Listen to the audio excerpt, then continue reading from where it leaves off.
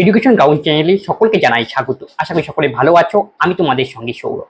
আজকে আমরা WBPSC মিসলিনিয়াসে টিলারয়ের যে প্র্যাকটিস সেট বই রয়েছে বাইক একাডেমি, সেখানে সেট নম্বর 3-তে জেনারেল স্টাডিজের কোশ্চেন রয়েছে। সেখানে জেনারেল স্টাডিজ আমরা জানি প্রায় 75খানা কোশ্চেন এসে থাকে WBPSC মিসলিনিয়াসে। তার অর্ধেক নিয়ে আলোচনা করতে 35টা নিয়ে কি পায় আমরা আলোচনা করবো, প্রায় 35টা বা তার বেশি হতে পারে একদম। প্রথম কোশ্চেন কি বলেছে, মানুষের হাত কোন শ্রেণীর লিভার? মানুষের হাত হলো তৃতীয় শ্রেণীর লিভার। এখন লিভার জিনিসটা কি আর তৃতীয় শ্রেণীর লিভার প্রথম শ্রেণীর ব্যাপারটা কি সেটা আগে বুঝে নিই। তৃতীয় শ্রেণীর লিভার মানে কি মানুষের হাত দিয়েই বুঝে নিই। মনে করো এটা আমাদের হাত, এইখানে আমি কোনো একটা জিনিস ধরে রয়েছি গেল। আর এই যে হাতে যেখানে যে ওয়েট, এটা হলো ওয়েট, এটাকে ওয়েট, এটা হলো বাধা। আর এই যে এখানে কুঁই রয়েছে, এটা হলো আমাদের আলম্ব। আর যেখানে বলটা ক্রিয়া করছে, ধরে রাখছি বল ক্রিয়া করবে, সেই বলটা কোথান দিয়ে ক্রিয়া করছে এইখানে। আর আমার তৃতীয় শ্রেণীর লিভারের ক্ষেত্রে কি হয়, দেখো যেখানে কি রয়েছে, বাধাটা কোথায় রয়েছে, এই হাতে যেখানে ধরে রয়েছি, তাহলে এইখান থেকে এই যে আমাদের আলম্ব পর্যন্ত ডিস্টেন্স, এটাকে আমরা কি বলি, রোধ বাহু। রোধ বাহু। আর এইখান থেকে যে বলটা ক্রিয়েট করছে, সেখান থেকে আলম্ব পর্যন্ত যে ডিস্টেন্স, তাকে আমরা কি বলি, বল বাহু। বল বাহু। আর তৃতীয় শ্রেণীর লিভারের ক্ষেত্রে যান্ত্রিক সুবিধাটা কি হয়, আর যান্ত্রিক সুবিধার ফর্মুলা হলো কি, বল বাহু বাই কি, রোধ বাহু।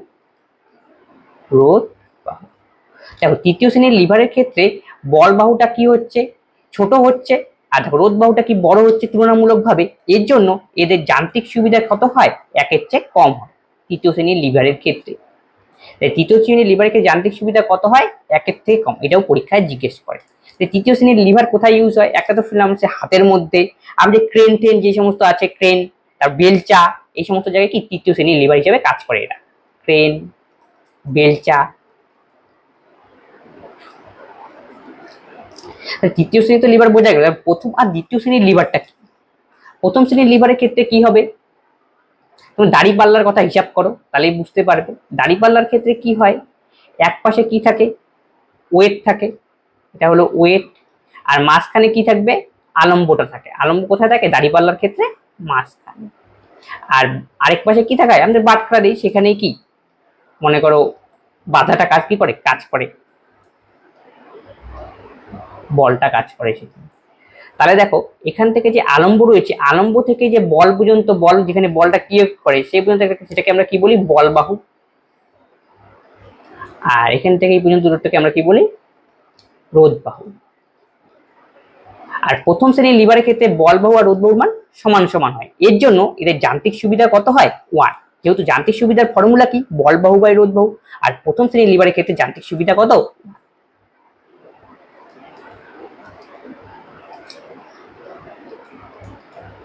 সুবিধা 1। তাহলে বোঝা গেল। দেখো দ্বিতীয় শ্রেণীর লিভার উদাহরণ আকারে মনে রাখো, যেমন আমাদের জাতি যে সুপারি কাঠি, সেটা হলো কি দ্বিতীয় শ্রেণীর লিভারের উদাহরণ। সেখানে কি হয়, একটা এরকম প্রান্ত থাকে, এটার সাথে এরকম একটা কানেকশন করা থাকে, তারপরে এরকম এই টাইপের থাকে, আর মাঝখানে কি রাখা হয়, সুপারি টুপারি রাখা হয় কাটার জন্য। এই যে এটাকে বলা হয় যেখানে জয়েন্ট, সেটাকে বলে আলম্ব। এই আলম্ব থেকে এই যে যেখানে আমাদের বস্তুটা রাখা হচ্ছে, সেটা হলো কি বাধা। এটা কি বলি, একে রোধ বাহু। রোধ বাহু। আর বল কোথায় ক্রিয়া করে, একদম একটা প্রান্তে ক্রিয়া করা হয়। তাই জন্য এই যে শেষ প্রান্ত পর্যন্ত এখান থেকে এতটুকু যে দূরত্ব, সেটাকে আমরা কি বলি, বল বাহু।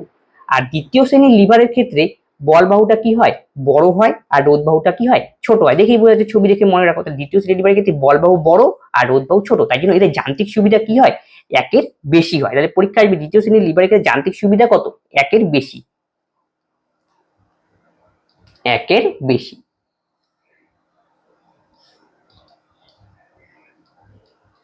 আর প্রথম শ্রেণীর ক্ষেত্রে ইকুয়াল টু 1। আর তৃতীয় শ্রেণীর ক্ষেত্রে কি হবে, একের কম।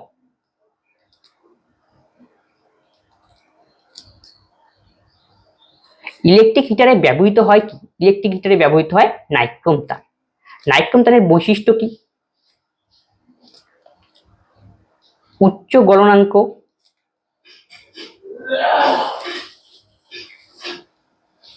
আর উচ্চ রোধ। নাইট্রোম তার একটা কি ধাতু? সংকর ধাতু, মানে অনেকগুলি ধাতুর মিশ্রণের ফলে কি হয়? তৈরি হয়। কি কি ধাতু থাকে সেখানে?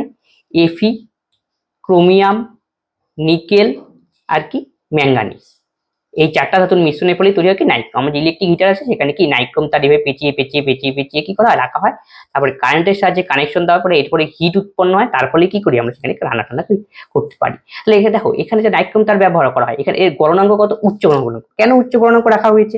কারণ কি, যখন এর দিয়ে বিদ্যুৎ প্রবাহিত হবে, তাই যদি কম গলনাঙ্ক তারটা কি হবে? গলে যাবে। এর ফলে কি হবে? বেশি তাপ উৎপন্ন, সেটা ডিস্ট্রয় হওয়ার সম্ভাবনা রয়েছে। আর উচ্চ রোধ হওয়ার ফলে কি হবে?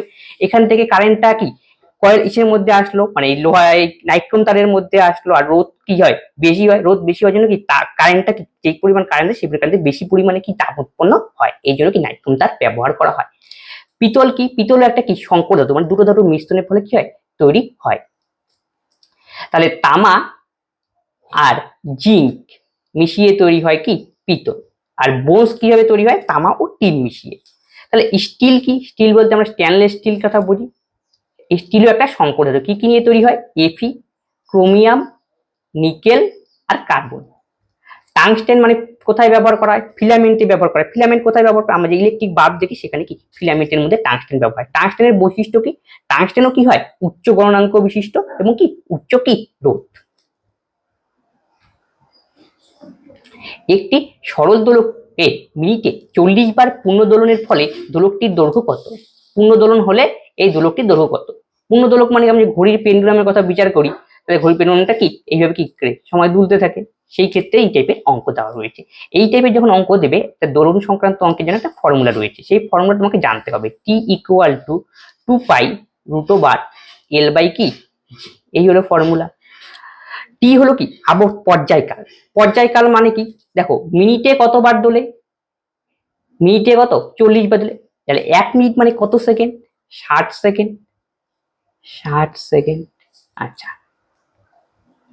তার মানে 40 বার দোলে কত সেকেন্ডে? 60 সেকেন্ডে। তাহলে একবার দুলতে কত সময় নেবে? 60/40। এটাই হলো আমাদের টি এর মান, 3/2। তাহলে টি এর মান আমরা পেয়ে গেলাম। তাহলে টি এর জায়গায় আমরা কত বসাবো? আচ্ছা, 3/2 গেল। তারপর এখানে কি রয়েছে? 2। আর পায়ের মান আমরা কত জানি? 3.14। রুট ওভার এল এর মান আমাকে জি বের করতে হবে। জি এর মান অভিকর্ষ ত্বরণের মান সিজিএস পদ্ধতিতে 980 সেন্টিমিটার পার সেকেন্ড স্কোয়ার বসিয়ে দিলাম। এখান থেকে ক্যালকুলেশন করে আমাদের এল এর মান নির্ণয় করতে হবে। তাহলে এল এর মানটা কত হবে? দেখো, এটা আমি ক্যালকুলেশন করছি না, তোমরা ক্যালকুলেশন করে দেখবে, এটা কি পাতি ক্যালকুলেশন। তাহলে এল এর মান হবে কি ক্যালকুলেশন করলে 59.5 কি সেন্টিমিটার। Option C. নেক্সট কি? বাল্যচক্রের তড়িৎ প্রবাহের অভিমুখ পরিবর্তিত রেখে তড়িৎ প্রবাহ মাত্রা বাড়ালে কি হবে? তাহলে বাল্যচক্র জিনিসটা কি সেটা আগে বোঝা দরকার। বাল্যচক্র সাধারণত কি একটা ব্যবস্থাপনা। কি ব্যবস্থাপনা? মনে করো এই যে একটা রয়েছে, এখানে একটা চক্র লাগানো রয়েছে এরকম টাইপের, এখানে একটা এরকম টাইপের চক্র লাগানো রয়েছে। এটা হলো ভালো। আর এটাকে কি করা হচ্ছে? একটা কানেকশন এইভাবে দেওয়া হচ্ছে, আর এখানে কি বসানো হচ্ছে? একটা ইউ আকৃতি দণ্ডচুম্বক। আর এটাকে একটু চেঞ্জ করে দিই, এইটাকে এই পাশে এইভাবে ঝুলিয়ে রাখা হচ্ছে। তারপর এই পাশ দিয়ে কি প্রবাহ করা হচ্ছে? কারেন্ট দেওয়া হচ্ছে। আর বাল্যচক্রটা কোন দিয়ে ঘুরবে? ঘড়ির কাঁটার বিপরীত দিয়ে ঘুরে। আর এটা হলো আমাদের কি একটা চুম্বক লাগানো হয়েছে, ইউ আকৃতির চুম্বক। ইউ আকৃতির চুম্বক। এই যে বাল্যচক্র, এটা কি করে? যখন একটা কি হয়, এটা হলো কি আমাদের যে ফ্লেমিং এর বামহস্ত নিয়ম রয়েছে সেই অনুযায়ী কি এটা কাজ করে। পরীক্ষায় আসবে বাল্যচক্র যে ঘূর্ণন রয়েছে তড়িৎ প্রবাহের ফলে, সেটা কার নিয়মে চলে? এটা হলো ফ্লেমিং এর বামহস্ত নিয়ম অনুযায়ী চলে। ফ্লেমিং এর বামহস্ত নিয়ম। এখন বামহস্ত নিয়মটা কি? ফ্লেমিং এর বামহস্ত নিয়ম হলো কি, আমাদের যে বাহাত রয়েছে, বাহাতের মধ্যে 3টে আঙ্গুল রয়েছে, এখানে ফলো করতে হবে। বলা হয়েছে তর্জনী, মধ্যমা আর বৃদ্ধাঙ্গুষ্ঠ, 3টে আঙ্গুল যদি পরস্পরের সঙ্গে সমকোণে থাকে, কি কি আঙ্গুল বললাম? তর্জনী, বৃদ্ধাঙ্গুষ্ঠ, বৃদ্ধাঙ্গুষ্ঠ আর কি মধ্যমা। যদি সমকোণে থাকে, মানে পরস্পরের সঙ্গে 90 ডিগ্রি কোণ করে থাকে, তাহলে মধ্যমা যদি তড়িৎ প্রবাহের অভিমুখ নির্দেশ করে, তড়িৎ প্রবাহের অভিমুখ নির্দেশ করে, প্রবাহের অভিমুখ। আর তর্জনী যদি চৌম্বক ক্ষেত্রের অভিমুখ নির্দেশ করে, চৌম্বক ক্ষেত্রের অভিমুখ নির্দেশ করে, তবে বিদ্যাঙ্গুষ্ঠ কি নির্দেশ করবে? এই যে এর ফলে যে বলটা উৎপন্ন হবে, যার ফলে এই বাল্য চক্রটা ঘুরতে থাকবে, সেই বলের অভিমুখ নির্দেশ করবে, বলের অভিমুখ নির্দেশ করবে। এটাই হলো কি ফ্লেমিং এর বামস্ত নিয়ম। আর ফ্লেমিং এর বামস্ত নিয়ম অনুযায়ী কি হয়, এখানে কি করা হয়, এক পাশ দিয়ে কারেন্ট ফ্লো করা হয়, আর এখানে একটা কি ইউ আকৃতির দণ্ডচুম্বক কি প্রবেশ করানো হয়, আর এখানে একটা বাল্য চক্র রাখা হয় লোহার তৈরি বা ক্ষেত্রে। তারপরে দেখা যায় কি কারেন্ট ফ্লো করে এটা কি অটোমেটিক ভাবে ঘুরতে থাকে। এটা কোন দিকে ঘোরে? ঘড়ির কাঁটার বিপরীতের দিকে ঘোরে, ঘড়ির কাঁটার বিপরীত, কাঁটার বিপরীত। এটাও কিন্তু পরীক্ষায় জিজ্ঞেস করে কোন সূত্র অনুযায়ী? এই ফ্লেমিং এর বামস্ত নিয়ম অনুযায়ী। তাহলে এটার প্রয়োগ কি? এটার প্রয়োগ কোথায় ব্যবহার করা হয়? আমাদের যে ইলেকট্রিক মোটর রয়েছে সেখানে কি এইটা কি ব্যবহার করা হয়। তাহলে মোটরের মধ্যে পরীক্ষায় জিজ্ঞেস করে কোন শক্তি থেকে কোন শক্তিতে রূপান্তরিত হয়। মোটরের মধ্যে আমরা কি বিদ্যুৎ দেই, বিদ্যুৎ শক্তি থেকে যান্ত্রিক শক্তিতে কি রূপান্তরিত হয়। পরীক্ষায় আসবে যে ঠিক বৈদ্যুতিক যে মোটর রয়েছে সেটা কার নিয়মে চলে? ফ্লেমিং এর বামস্ত নিয়মে চলে। তাহলে বাল্য চক্র তো গেল, এখন বাল্য চক্রের যে এই চক্রের যে ঘূর্ণন রয়েছে এটা বিভিন্ন বিষয়ের উপর নির্ভর করে। কি কি বিষয়ের উপর নির্ভর করে সেখান থেকে এখানে কি কোশ্চেন কি জিজ্ঞেস করছে। কি বলা রয়েছে? বাল্য চক্রে তড়িৎ প্রবাহের অভিমুখ পরিবর্তন রেখে তড়িৎ প্রবাহমাত্রা বাড়ানো হলো। ঠিক আছে, মানে তড়িৎ প্রবাহমাত্রাটাকে বৃদ্ধি করা হলো, কিন্তু তড়িৎ প্রবাহের অভিমুখটা যেদিকেই যাচ্ছে সেদিকেই যাচ্ছে। তাহলে কি হবে? তাহলে তড়িৎ প্রবাহ মাত্রা বাড়ানোর ফলে কি হবে? চক্রটা দ্রুত ঘুরবে। ঠিক আছে, মানে কারেন্ট বাড়লো, পাওয়ার বাড়লো, তাহলে চক্রটা কি দ্রুত ঘুরবে। তাহলে অপশন কি হবে? এ হবে কি এর সরি চক্রের ঘূর্ণন গতি বাড়বে। এখান থেকে আরো বিভিন্ন ভাবে কোশ্চেন জিজ্ঞেস করে। কি কোশ্চেন জিজ্ঞেস করে? মনে করো এই যে তড়িৎ প্রবাহের অভিমুখ রয়েছে, এই অভিমুখকে যদি চেঞ্জ করে দেওয়া হয় তাহলে কি হবে? বাল্য চক্রের ঘূর্ণন বিপরীত উল্টা দিকে হবে, মানে কি ঘড়ির কাঁটার দিকে ঘটবে তখন। আরেকটা ভাবে কোশ্চেন করে যে এই যে চুম্বকটা ব্যবহার করা হয়েছে, চুম্বকের অভিমুখ পরিবর্তন করে দাও, তাহলে কি হবে? ঘড়ির কাঁটার দিকে ঘুরবে, উল্টো হয়ে যাবে সব। ঠিক আছে, আর যদি দুটোই পরিবর্তন করা হয় তাহলে ঘড়ির কাঁটার বিপরীত ঘটবে। এই তিন ভাবে তোমাকে কোশ্চেন কি জিজ্ঞেস করতে পারে। নেক্সট কি বলেছে? কংগ্রেস ওয়ার্কিং কমিটি কোন স্থানে ভারত ছাড়ো আন্দোলনের প্রস্তাব গ্রহণ করেছিল? এর সঠিক অ্যান্সার হবে ওয়ার্ধাতে। ভারত ছাড়ো আন্দোলনের প্রস্তাব গৃহীত হয়েছিল 1942 সনে 8ই অগস্ট। ভারত ছাড়ো আন্দোলনে অন্যতম ভূমিকা ছিলেন কে? মহাত্মা গান্ধী।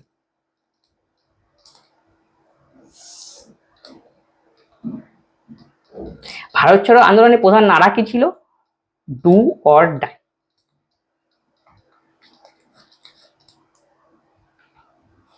চিরস্থায়ী বন্দোবস্ত প্রবর্তিত হয় কবে? এর সঠিক উত্তর অপশন বি 1793 সময়। তখন কে ছিল? Lord Cornwallis. কর্নওয়ালিস।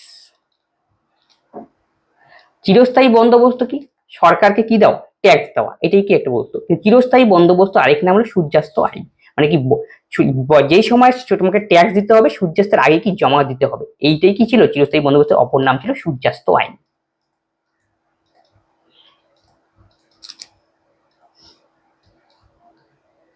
কোথায় চালু করেছিলেন তিনি এটা? বাংলা, বিহার, উড়িষ্যা। এখান থেকে একটি কোশ্চেন 1798 খ্রিস্টাব্দে হায়দ্রাবাদের নিজাম প্রথম অধীনতামূলক মিত্রতা নীতি কি করে? স্বীকার করে।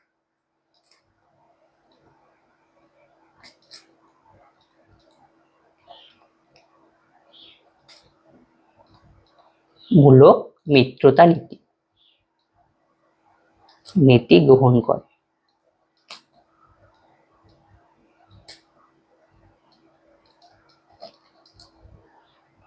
পরের কোশ্চেন কি বলছে? ভারতের সর্বপ্রথম কার্যকারী নদী পরিকল্পনা হলো কি? এর সঠিক উত্তর হলো দামোদর নদী পরিকল্পনা। কবে তৈরি করা হয়েছিল? দামোদর রিভার ভ্যালি প্রজেক্ট 1948 সনে। কোন কোম্পানির অধীনে?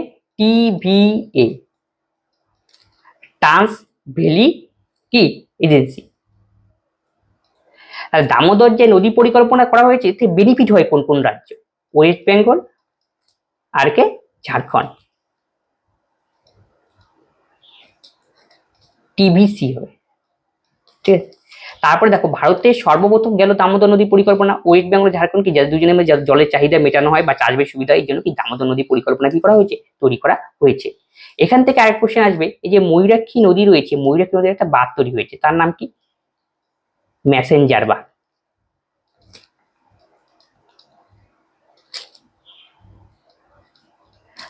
ম্যাসেঞ্জার বাঁধের অপর নাম কি, কানাডা বাঁধ।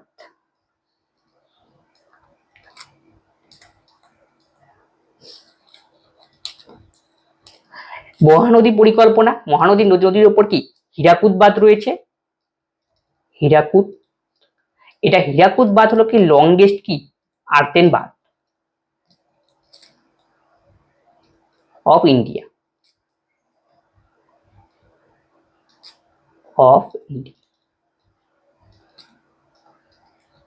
কোথায় রয়েছে এটা, উড়িষ্যাতে।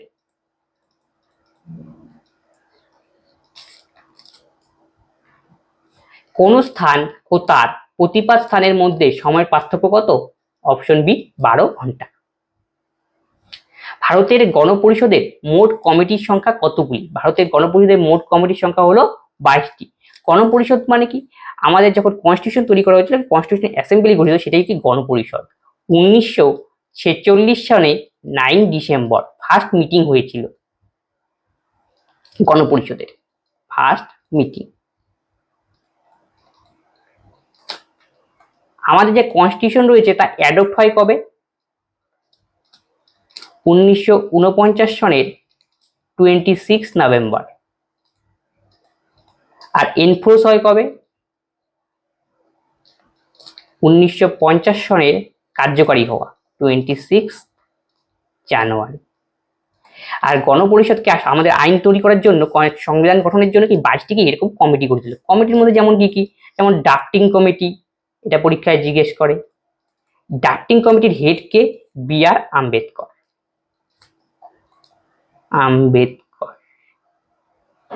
যেমন স্টেট কমিটি এবং ইউনিয়ন কমিটি গঠিত হয়েছিল, তার হেড ছিল জওহরলাল নেহেরু। স্টিয়ারিং কমিটি,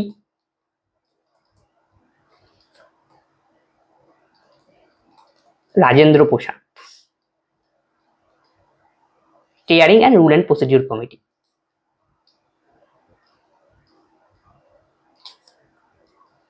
এরকম কি বিভিন্ন কমিটি গঠন করা হয়েছিল কি সংবিধান প্রণয়নের জন্য।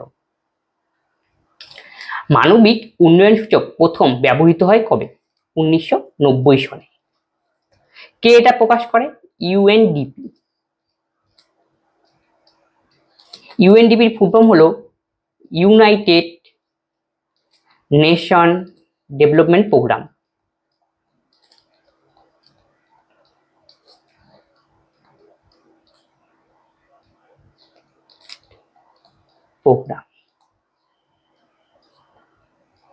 কবে স্থাপিত হয়েছিল ইউএনডিপি, 1965 সনে। এর হেডকোয়ার্টার হলো নিউ ইয়র্ক। রাজস্থানের ভিল উপজাতিদের সাথে নিম্নের কোন নৃত্যটি যুক্ত রয়েছে, এর সঠিক উত্তর ঘুমার। রাজস্থানে কি ঘুমার দেখতে পাওয়া যায়, এবং ভিল উপজাতি হলো কি লার্জেস্ট টাইপ। ভিলটা রাজস্থানে নয়, মধ্যপ্রদেশ, মহারাষ্ট্র এবং বিভিন্ন জায়গায় কি রয়েছে। পরীক্ষা আছে লার্জেস্ট টাইপ কোনটা, লার্জেস্ট টাইপ হলো ভিল। এখান থেকে দেখো আরো আমরা যে প্রশ্ন জেনে নিই, এই যে ডান্ডিয়া ড্যান্স রয়েছে এটা কোথায় দেখতে পাওয়া যায়, গুজরাটে। গরবাও দেখতে পাওয়া যায় গুজরাটে। আর তরঙ্গ মেল দেখতে পাওয়া যায় হলো গোয়াতে।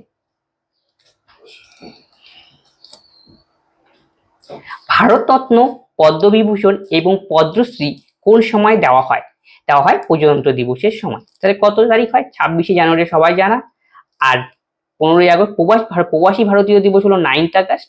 আর 2রা অক্টোবর হলো গান্ধীর জন্মদিন। এখান থেকে একটা জিনিস মনে রাখার দরকার, যে ভারতবর্ষের ন্যাশনাল হলিডে রয়েছে সেটা কবে কবে হয়। ঠিক আছে, তাহলে রক্সটা হবে 26শে জানুয়ারি, 15ই আগস্ট, আর কি 2রা অক্টোবর। এই 3টি দিন হলো কি ইন্ডিয়ার ন্যাশনাল হলিডে হিসেবে কি এমনি ঘোষিত রয়েছে। আশা করি বোঝা গেল। এখান থেকে একটি কোশ্চেন রয়েছে যে ভারতরত্ন, পদ্মভূষণ, পদ্মশ্রী। তাহলে ভারতরত্ন, পদ্মভূষণ, পদ্মশ্রী এই যে অ্যাওয়ার্ডগুলি দেওয়া চালু হয় কবে, সবগুলি দেওয়া চালু হয় 1954 সালে। স্টার্ট। ভারতরত্ন হলো ভারতের কি হাইয়েস্ট সিভিলিয়ান অ্যাওয়ার্ড। পরীক্ষায় জিজ্ঞেস করবে ভারতের হাইয়েস্ট সিভিলিয়ান অ্যাওয়ার্ড কি? ভারতরত্ন সিভিলিয়ান অ্যাওয়ার্ড হলো ভারতরত্ন।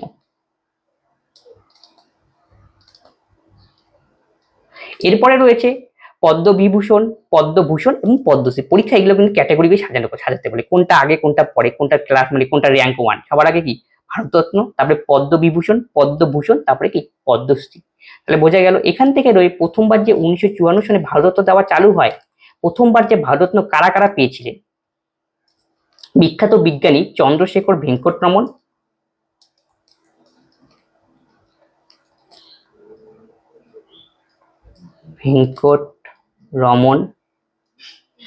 সি রাজগোপালাচারী, চক্রবর্তী রাজগোপালাচারী,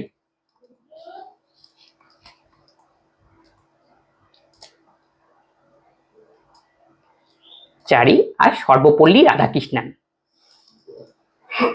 তিনজন একসাথে পেয়েছিলেন।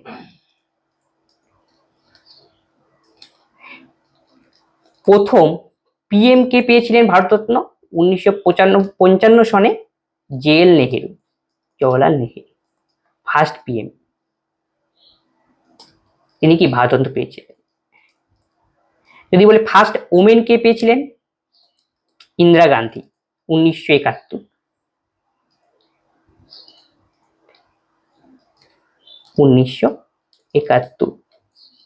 ফার্স্ট ওমেন তিনি ভারতরত্ন পেয়েছিলেন। এখান থেকে আরেকটি কোশ্চেন পরীক্ষায় আসে, মরণোত্তর প্রথম ভারতরত্ন কে পেয়েছিলেন?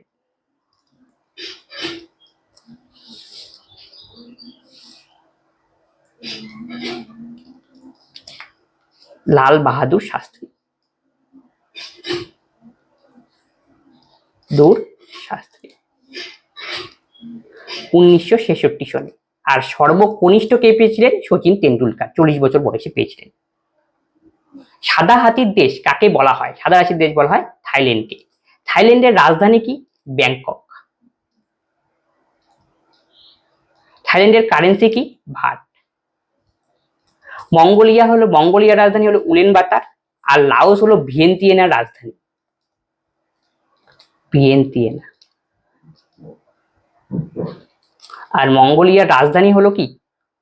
লাওস হলো কি ক্যাপিটাল, কার? ভিয়েন্তিয়েনার ক্যাপিটাল। আর মঙ্গোলিয়ার ক্যাপিটাল হলো কি? উলানবাটার। আর বেলজিয়ামের ক্যাপিটাল হলো ব্রাসেল।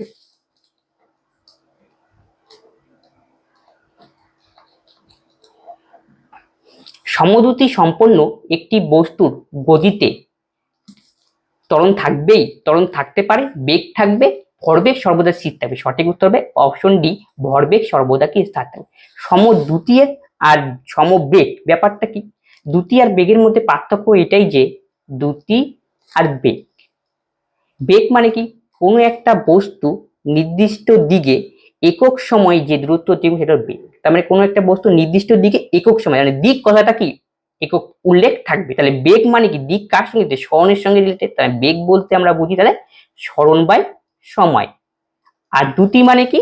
দূরত্ব বাই সময়। এটাই হলো পার্থক্য, দূরত্ব বাই সময়। ব্যাপারটা যদি আমরা ছবির সাহায্যে বুঝি, মানে কোনো একজন বস্তু এখান থেকে যাত্রা শুরু করলো, সে এই পাশ বিভিন্ন ঘুরে এখানে আসলো, তাহলে সে তার দ্রুতি কত? এই টোটাল যে দূরত্ব সে অতিক্রম করলো, যতটা সময় হতে 4 দিয়ে ভাগ করলে কি আমাদের দ্রুতি। কিন্তু বেগ কি হবে?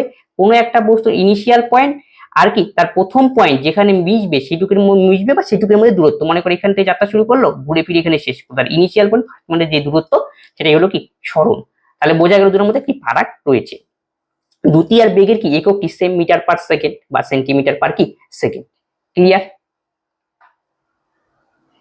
সাধারণ তুলাদণ্ড নিচের কোন নীতিতে কাজ করে? যেটাকে পূর্বেই বোঝানো গেল, লিভারের সাহায্যে কাজ করে। আর্কিমিডিস কি করেছিলেন? এই যে ভাষণের সূত্র দিয়েছিলেন কে?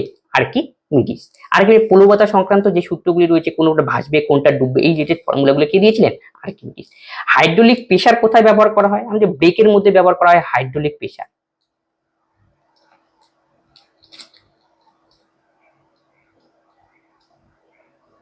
ব্রেকের মধ্যে। পাস্কেলের নীতি কি করা হয়? এখানে অনুসরণ করা হয়। সোনার কোন কাজে ব্যবহৃত হয়? সোনার কোন কাজে ব্যবহৃত হয়? জলের গভীরতা মাপতেও ব্যবহার করা হয়, জলের নিচে কোনো বস্তুর অবস্থান নির্ণয় ব্যবহার করা হয়, শত্রুপক্ষে ডুবে যাওয়া অবস্থানে কি নির্ণয়ের জন্য ব্যবহৃত হয়? সঠিক উত্তর কি? Option D. তাহলে সোনারের ফুল ফর্ম পরীক্ষায় জিজ্ঞেস করে।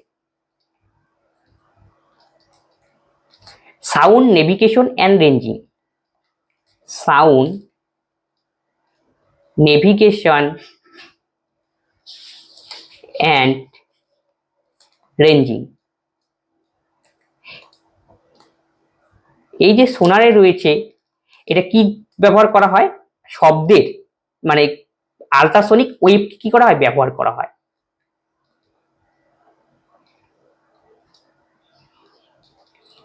অর্থাৎ শব্দের যে প্রতিফলন রয়েছে সেই ধর্মকে কাজে লাগিয়ে কি করা হয়? সোনার কি ইউজ করা হয়। মনে করো জলের নিচে কোনো একটা বস্তু আছে, এর থেকে এখানে কি রিফ্লেক্ট শব্দ তরঙ্গকে নির্ধারিত করা হলো বা রিফ্লেক্ট করে গেল, এখান থেকে বোঝা যায় যে কতটা নিচে কতটা কি উপরে রয়েছে। এখান থেকে আরেকটা আসে রেড। আমাদের এরোপ্লেন সংক্রান্ত গতিবিধি নির্ণয়ের জন্য কি রেডার কি ব্যবহার করে? RADAR, radio detection and ranging, full form radio detection and ranging. আর এই যে রেডার পদ্ধতিতে কি করা হয়? রেডিও ওয়েভ ব্যবহার করা হয়, রেডিও ওয়েভ।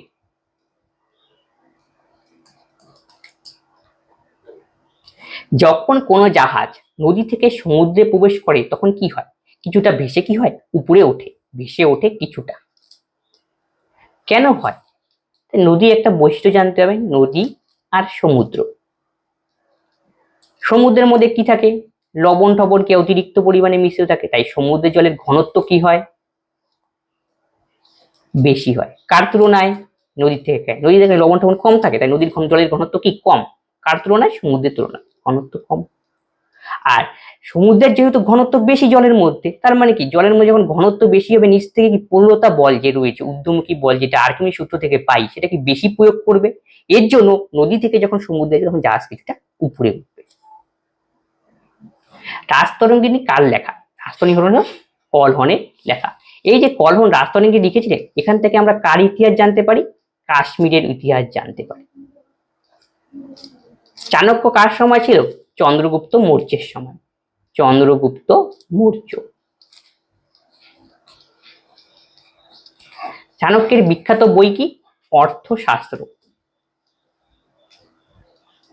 কালিদাস ছিলেন কার সময়? দ্বিতীয় চন্দ্রগুপ্তের সময়, চন্দ্রগুপ্ত। তার বই কি? কুমার সম্ভব, রঘুবংশম,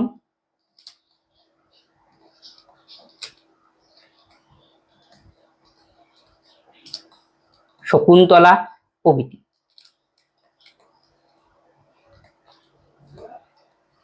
আর বীরবল কার সময় ছিলেন? আকবরের সময়। ভারতের প্রথম ভাইসরয় ছিলেন কে? ভারতের প্রথম ভাইসরয় ছিলেন লর্ড ক্যানিং। লর্ড ক্যানিং যখন 1857 মহাবিদ্রোহ হয়, তারপরে 1858 সনে তিনি কিসে পরিণত হন? ভাইসরয়ে পরিণত। তার আগে কি ছিলেন? Governor general of India. পরীক্ষা আছে যদি ভারতের শেষ গভর্নর জেনারেল অফ ইন্ডিয়া কে ছিলেন? লর্ড ক্যানিং। আর ভারতের প্রথম ভাইসরয় কে ছিলেন? লর্ড ক্যানিং, প্রথম ভাইসরয় আর শেষ গভর্নর জেনারেল। আর লর্ড কার্জনের সময় কি হয়েছিল? বঙ্গভঙ্গ হয়েছিল 1905, বঙ্গভঙ্গ। লর্ড ডাফরিন 1885 সনে তার সময় ইন্ডিয়ান ন্যাশনাল কংগ্রেস স্থাপিত হয়েছিল। আন্তর্জাতিক তারিখ রেখা অতিক্রম করে কোনো জাহাজ যদি পশ্চিম থেকে পূর্ব গোলার্ধে প্রবেশ করে তাতে কি হয়? পশ্চিম থেকে পূর্ব গোলার্ধে তার থেকে একদিন কি বেড়ে যায়। ব্যাপারটা কি? আন্তর্জাতিক তারিখ রেখা বলতে কি বুঝি? 180 ডিগ্রি যে দ্রাঘিমা রেখা রয়েছে তাকেই আমরা কি বলি? আন্তর্জাতিক তারিখ রেখা। এটাকে বিভিন্ন জায়গায় বিভিন্ন সময় কি বাঁকিয়ে বাঁকিয়ে নিয়ে যাওয়া হয়েছে, কারণ কি সময় কি দুটো জায়গার মধ্যে সময় কি অ্যাডজাস্টমেন্ট করার জন্য। তাহলে বোঝা গেল। তারপরে দেখো এখানে যদি এটা আমাদের ইস্ট হয়, এটা আমাদের ওয়েস্ট, নর্থ, সাউথ, কোনো একটা জায়গায় কি বলছে? পশ্চিম থেকে পূর্বে। পশ্চিম থেকে যখন পূর্বের দিকে যাবে তখন কি হবে?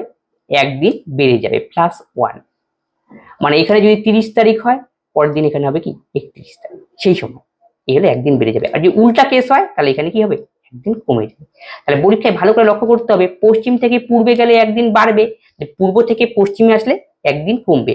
ঠিক আছে, মানে ইস্ট থেকে ওয়েস্ট, ওয়েস্ট মানে ওয়াস্ট, তাহলে একদিন কি কমবে।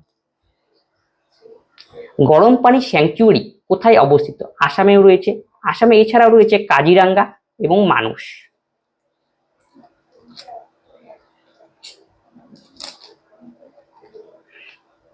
গুজরাটের গির অরণ্য।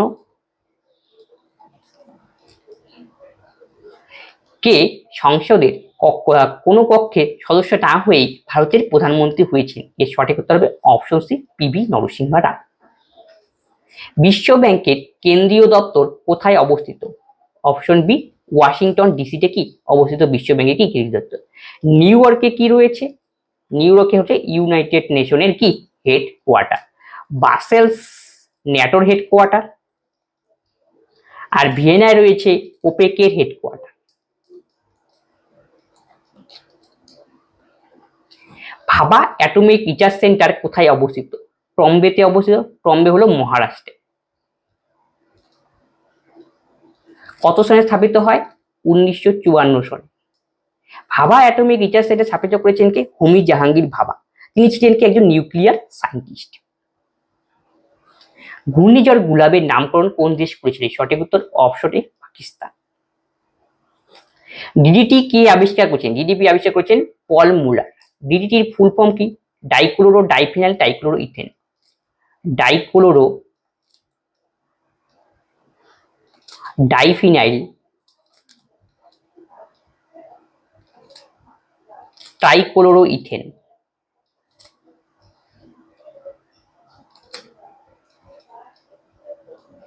ডিডিটি অন্যতম প্রধান উপাদান কি? ক্লোরিন, যা কি করে জীবাণুনাশক কাজে কি করা হয়? ব্যবহার করা হয়। নিচের কোনটি ভেক্টর রাশি? ভেক্টর রাশি মানে কি? যে রাশিটির মান ও দিক দুটোই রয়েছে তাকে আমরা বলি ভেক্টর রাশি। তাহলে ওজন এখানে কি হবে? ভেক্টর রাশি। আর স্কেলার রাশি আর কেবল মান রয়েছে, ভর, সময়, দৈর্ঘ্য, এগুলি সব কি স্কেলার রাশি। অপটিক্যাল ফাইবার আলোর কোন ধর্মকে কাজে লাগানো হয়? আলোর অভ্যন্তরীণ পূর্ণ প্রতিফলনকে কাজে লাগিয়ে তৈরি করা হয় কি অপটিক্যাল ফাইবার। আভ্যন্তরীণ পূর্ণ প্রতিফলন কি আলোর একটা কি প্রপার্টি। অভ্যন্তরীণ পূর্ণ আলো সবসময় কি ঘন মাধ্যম থেকে লঘু মাধ্যমে যায়। এছাড়াও আলোর অভ্যন্তরীণ পূর্ণ আর কোথায় কোথায় ব্যবহার করা হয়? এই যে আমরা ডায়মন্ড রয়েছে, ডায়মন্ডের যে গ্লেসি ভাব দেখতে পাই, এটা কিসের জন্য? এই অভ্যন্তরীণ পূর্ণ প্রতিফলনের জন্য। এছাড়াও আমরা কচু পাতার মধ্যে যদি কোনো একটা জলের ফোঁটা দেখতে পাই গ্লেসি ভাব, সেটাও কি কারণ হলো অভ্যন্তরীণ পূর্ণ প্রতিফলন। মরিচিকার মধ্যে যে ভ্রম হওয়া মানুষের, সেটাও কি অভ্যন্তরীণ পূর্ণ প্রতিফলনের জন্য হয়। ওয়াটার গ্যাসের উপাদান কি? ওয়াটার গ্যাসের উপাদান কি? কার্বন মনোঅক্সাইড এবং হাইড্রোজেন হলো ওয়াটার গ্যাসের উপাদান। Carbon monoxide plus hydrogen. এখান থেকে আরেকটি কোশ্চেন জিজ্ঞেস করে, প্রডিউসার গ্যাসের উপাদান কি? Producer gas carbon monoxide plus nitrogen. Ammonia প্রস্তুতে পদ্ধতির নাম কি? অ্যামোনিয়া প্রস্তুতের পদ্ধতির নাম হলো হেবার পদ্ধতি।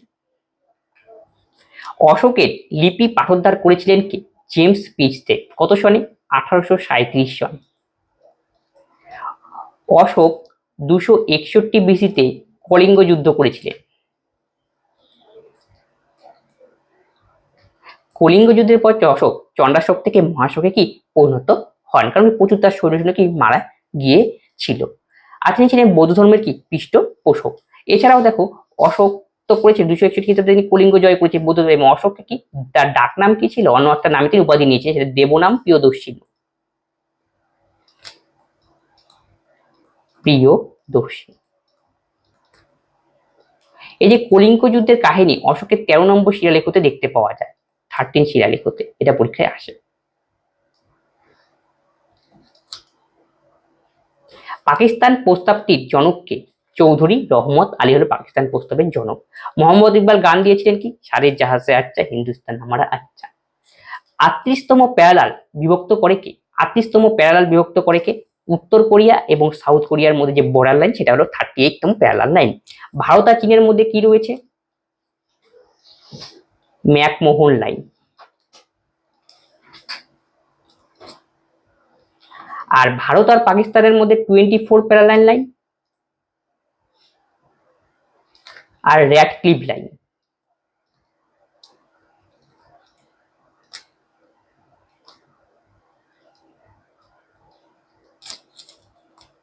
আরেকটা আছে ডুরান লাইন, এটা পরীক্ষায় আসে পাকিস্তান আর আফগানিস্তানের মধ্যে।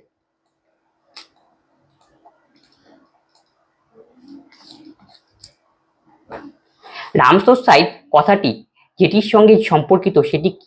রামসর কথাটি জলাভূমির সঙ্গে কি যুক্ত কি? এটা রামসর সাইট মানে কি? একটা যে রামসর ঘোষিত ইরানে একটা কনভেনশন হয়েছিল রামসর সাইট নিয়ে, যেখানে কি করা জলাভূমি জনকের জন্য কি সংরক্ষণ যাতে করা হয় সেটার উপর কি কাজ করে এরা। ঠিক আছে, তাহলে দেখো এই জলাভূমি দিবস কবে পালন করা হয়? 2nd ফেব্রুয়ারি। 2nd ফেব্রুয়ারি ওয়ার্ল্ড জলাভূমি মানে ওয়ার্ল্ড ওয়েটল্যান্ড ডে।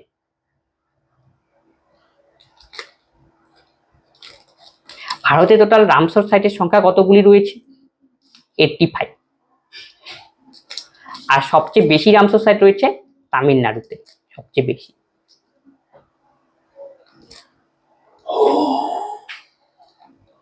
বেশি। এই যে রামসর কনভেনশন হয়েছিল সেটা কোথায় হয়েছিল? ইরানে, 1971।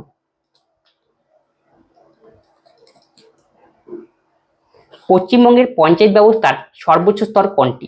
জেলা পরিষদ। পঞ্চায়েতে যারা প্রচুর 3টি স্তর রয়েছে, গ্রাম পঞ্চায়েত, পঞ্চায়েত সমিতি এবং জেলা পরিষদ। আর যে পঞ্চায়েত রয়েছে এটা পঞ্চায়েত প্রথম কোথায় চালু হয় এটা পরীক্ষা আসে? 1959 সনে রাজস্থানে। আর যে পঞ্চায়েত ব্যবস্থাকে কনস্টিটিউশনাল করা হয়েছে কত সনে? 73তম অ্যামেন্ডমেন্টের মাধ্যমে।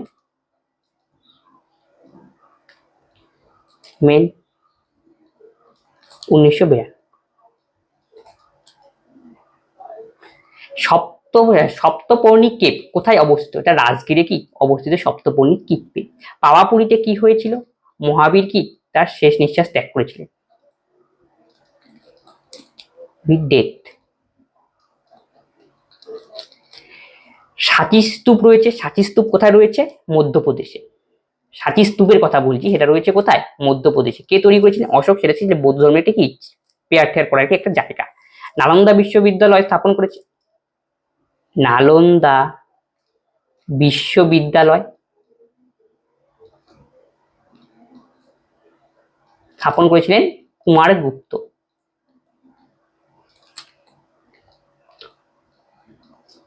এই রাজগিরিতে কি হয়েছিল? First Buddhist council. Buddhist council কত সনে? 483 বিসিতে, 75 সময়। প্রথম ভারতীয় যিনি কমনওয়েলথ সাধারণ সম্পাদক ছিলেন, এর সঠিক উত্তর হবে অপশনে কমলেশ শর্মা। আন্তর্জাতিক বিচারালয়ের সদর দপ্তর হলো কোথায়? দি হেগ, নেদারল্যান্ডে অবস্থিত। আন্তর্জাতিক বিচারালয়টা ব্যাপারটা হলো আসলে এটা হলো ইউনাইটেড নেশনের একটা উইং। আর আন্তর্জাতিক বিচারালয়ে টোটাল জাজের সংখ্যা কত? এটা পরীক্ষায় আসে 15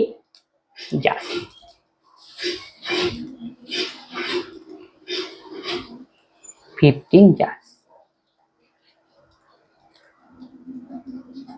আর প্যারিসে কি রয়েছে? UN ESCO headquarter. নিউ ইয়র্কে রয়েছে